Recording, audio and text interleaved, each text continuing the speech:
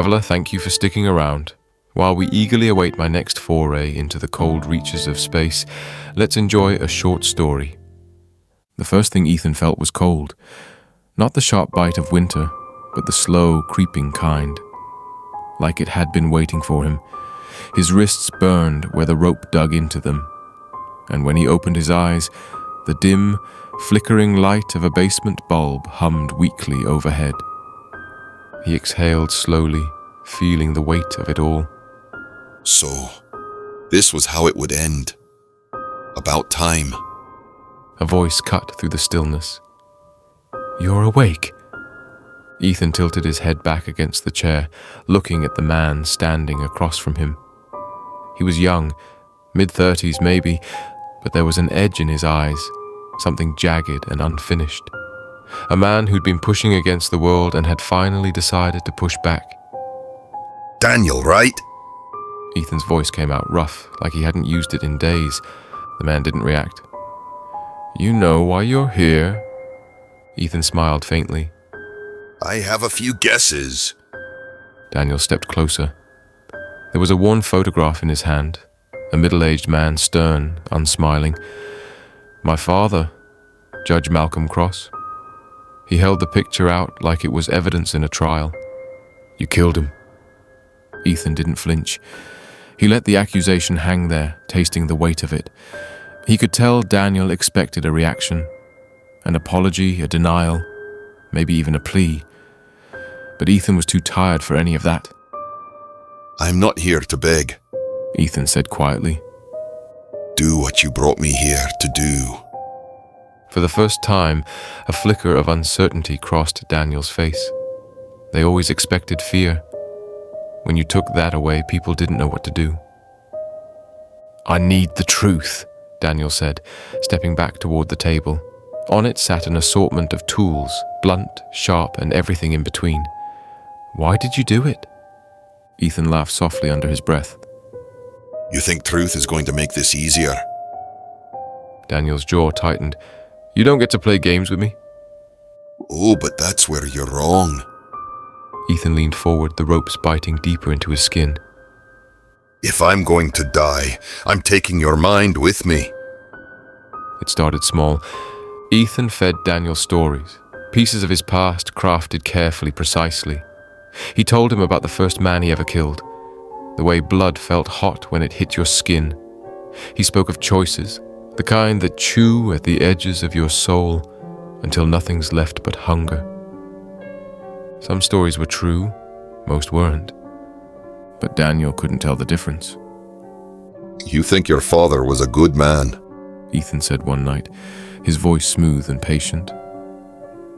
But I wonder, how much do you really know? Daniel tried not to let it get to him, but Ethan could see the cracks forming. His hands trembled when he thought no one was looking. He stopped shaving. Shadows settled beneath his eyes like permanent bruises. And still, Ethan didn't give him the one thing he wanted. The truth. One night, Ethan pulled the biggest thread. You've got the wrong man, he whispered. I didn't pull the trigger. The bolt that took your father came from another. Daniel froze. His knuckles turned white around the handle of the knife he'd been toying with. Liar! If it wasn't you, then who was it? Give me a name! Ethan shrugged. Maybe I am, or maybe I'm not. But we both know you'll never really let me go. He watched the words sink their hooks into Daniel's brain. Obsession was a hungry thing, and Ethan had just fed it a feast. You're lying, Daniel said again, but his voice lacked the certainty it once had. Ethan smiled. You'll never know for sure, will you? The basement grew colder. Days blurred together, but Ethan didn't mind. He could feel it. The shift. He wasn't the prisoner anymore. Daniel barely slept. The lines between truth and lies twisted inside his head, pulling tighter with every breath. The tools on the table gathered dust. He didn't use them anymore. What was the point, if he couldn't trust anything Ethan said? And still, Ethan waited. Waited for him to break. The night it happened, Ethan almost felt sorry for him. Daniel stood in front of him, disheveled and shaking, the knife trembling in his hand. "Tell me the truth," he demanded, voice raw. "Did you kill him?" Ethan held his gaze and smiled. I didn't kill your father, but I made sure he died screaming. The knife struck deep beneath his ribs, a white-hot flash that spread through his body. Ethan choked on a laugh as the pain bloomed inside him. Finally. As the world dimmed, he watched Daniel's face twist, not with victory, but horror. Because on the floor beside Ethan's hand, a piece of paper that he must have had hidden somewhere on himself. On it was the name of the man who really killed Malcolm Cross. It wasn't Ethan. The basement grew quiet after that. Daniel cleaned the blood, but nothing washed away the weight. He buried Ethan in a shallow grave behind the house. No one would find him, no one would know. But Daniel knew. He had killed the wrong man. And somehow, Ethan had known he would. Weeks passed. Sleep became a distant memory. Shadows crept in, places they didn't belong. He started hearing things. His father's voice, Ethan's laugh. And every night, he returned to the basement, just to sit in the chair. The night it happened, the basement was colder than usual. Daniel lowered himself into the chair and leaned back, closing his eyes. His heart pounded in his ears, but everything else was silent.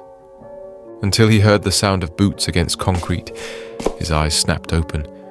In the corner, where there should have been nothing, Ethan stood. He wasn't bound, wasn't broken, just watching, calm as ever. Daniel's breath caught in his throat. "I killed you," he whispered. Ethan smiled and crouched beside him, his voice soft and smooth. I told you. You'd never really let me go. The light flickered and the basement swallowed them both whole. Well, traveler, that wasn't too bad. That was an abridged version. If you'd like me to maybe tell you more about Daniel and Ethan one day, stop back by and let me know. While I've got you here, take a second to like and subscribe. If you'd like to support me further, go to patreon.com/Dreadsong the Bard and join for free.